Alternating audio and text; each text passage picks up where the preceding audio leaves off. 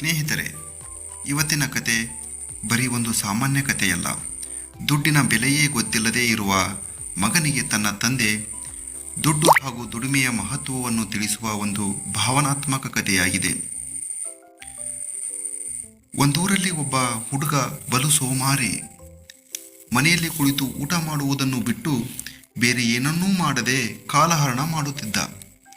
ತಂದೆ ಹೇಳಿದ ಯಾವ ಕೆಲಸವನ್ನೂ ಸರಿಯಾಗಿ ಮಾಡದೆ ಉಡಾಫೆಯಿಂದ ಇರುತ್ತಿದ್ದ. ಇವನಿಗೆ ಜೀವನದ ಪಾಠ ಕಲಿಸಲು ತಂದೆ ಒಂದು ಉಪಾಯ ಮಾಡಿದ.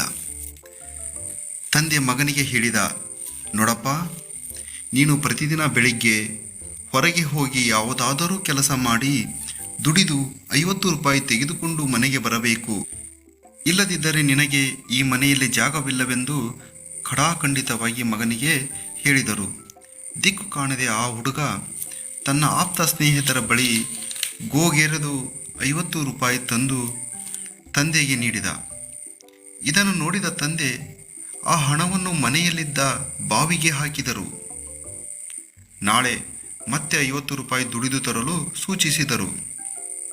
ಆ ಹುಡುಗ ಯಥಾಪ್ರಕಾರ ಬಂಧು ಮಿತ್ರರ ಬಳಿ ಹೋಗಿ ಕಾಡಿ ಬೇಡಿ ಹಣ ಸಂಗ್ರಹಿಸಿಕೊಂಡು ಬಂದು ತಂದೆಗೆ ಕೊಟ್ಟ.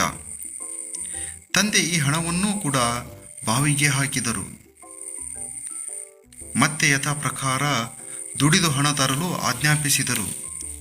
ಈ ಬಾರಿ ಆ ಹುಡುಗನಿಗೆ ಯಾರೂ ಕೂಡ ಹಣ ನೀಡಲು ಮುಂದಾಗಲಿಲ್ಲ. ದಾರಿ ಕಾಣದೆ ಊರಲ್ಲಿದ್ದ ಅಂಗಡಿಯಲ್ಲಿ ರಾತ್ರಿವರೆಗೂ ದುಡಿದು ಅಪ್ಪನಿಗೆ 50 ರೂಪಾಯಿ ತಂದುಕೊಟ್ಟರು. ತಂದೆ ಈ ಹಣವನ್ನು ಬಾವಿಯಲ್ಲಿ ಹಾಕಲು ಮುಂದಾಗುತ್ತಿದ್ದಂತೆಯೇ ಮಗ ಅಪ್ಪನ ಕಾಲು ಹಿಡಿದು, ನಾನು ಪರಿಶ್ರಮ ಪಟ್ಟು ತಂದ ಹಣವನ್ನು ಹೀಗೇಕೆ ಬಾವಿಗೆ ಹಾಕುತ್ತಿರುವಿರಿ ಎಂದು ಅಂಗಲಾಚಿ ಬೇಡಿದ. ಮಗನ ಮುಖದಲ್ಲಿದ್ದ ಆತ್ಮವಿಶ್ವಾಸ ನೋಡಿ ತಂದೆ ನಸುನಗುತ್ತಾ ಹೇಳಿದರು, ಮಗನೇ, ನೀನು ಬೇರೆಯವರಿಂದ ಪಡೆದು ತಂದ ಹಣವನ್ನು ನಾನು ಬಾವಿಗೆ ಹಾಕಿದಾಗ ನಿನಗೆ ಏನೂ ದುಃಖವಾಗಲಿಲ್ಲ. ಆದರೆ ಇಂದು ನೀನು ಪರಿಶ್ರಮದಿಂದ ಸಂಪಾದಿಸಿ ತಂದ ಹಣವನ್ನು ಬಾವಿಗೆ ಹಾಕಲು ನೀನು ವಿರೋಧಿಸಿದೆ. ಇದಕ್ಕೆ ಹೇಳೋದು ಮಗನೇ, ಹಣದ ಬೆಲೆ ಅಥವಾ ಕೆಲಸದ ಮೌಲ್ಯ ಗೊತ್ತಾಗುವುದು ಪರಿಶ್ರಮದಿಂದ ಮಾತ್ರ ಎಂದು ಹೇಳುತ್ತಾರೆ.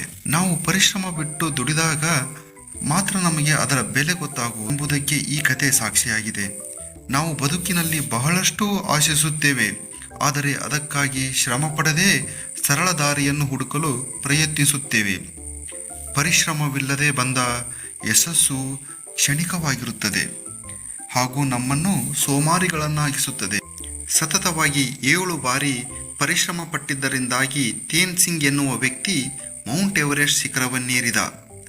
ಪದವಿ ಪಡೆಯದೆ ಅಂಗವಿಕಲರಾಗಿದ್ದ ಥಾಮಸ್ ಅಲ್ವಾ ಎಡಿಸನ್ ನಿರಂತರವಾಗಿ ಶ್ರಮ ಪಟ್ಟಿದ್ದರಿಂದ ಸಂಶೋಧನೆ ಮಾಡಿದ. ಹಾಗೆಯೇ ಅಸಂಖ್ಯಾತ ಮಹಾಪುರುಷರುಗಳು ತಮ್ಮ ಕಷ್ಟಗಳನ್ನು ಬದಿಗಿಟ್ಟು ಪರಿಶ್ರಮದ ಬದುಕಿನಿಂದ ಸಾಕ್ಷಾತ್ಕಾರ ಪಡೆದು ಯಶಸ್ಸಿನ ದಾರಿ ತೋರಿದ್ದಾರೆ. ಸ್ನೇಹಿತರೆ, ಇವತ್ತಿನ ಈ ಕತೆ ಇಷ್ಟವಾಗಿದ್ದರೆ ಮರೆಯದೆ ಒಂದು ಲೈಕ್ ಮಾಡಿ. ಹಾಗೆಯೇ ಈ ಕತೆ ಬಗ್ಗೆ ನಿಮಗೆ ಅನ್ನಿಸಿದ್ದನ್ನು ಕಮೆಂಟ್ ಮಾಡಿ. ಹಾಗೆಯೇ ಇದೇ ತರಹದ ಇಂಟ್ರೆಸ್ಟಿಂಗ್ ಕಥೆಗಳು ಇನ್ನೂ ನಿಮಗೆ ಬೇಕು ಅನಿಸಿದರೆ ನಮ್ಮ ಈ ಯಶ್ ಅಡ್ಡಾ ಚಾನಲನ್ನು ಸಬ್ಸ್ಕ್ರೈಬ್ ಮಾಡಿಕೊಂಡು ಬೆಲ್ ಐಕಾನನ್ನು ಪ್ರೆಸ್ ಮಾಡಿಕೊಳ್ಳಿ.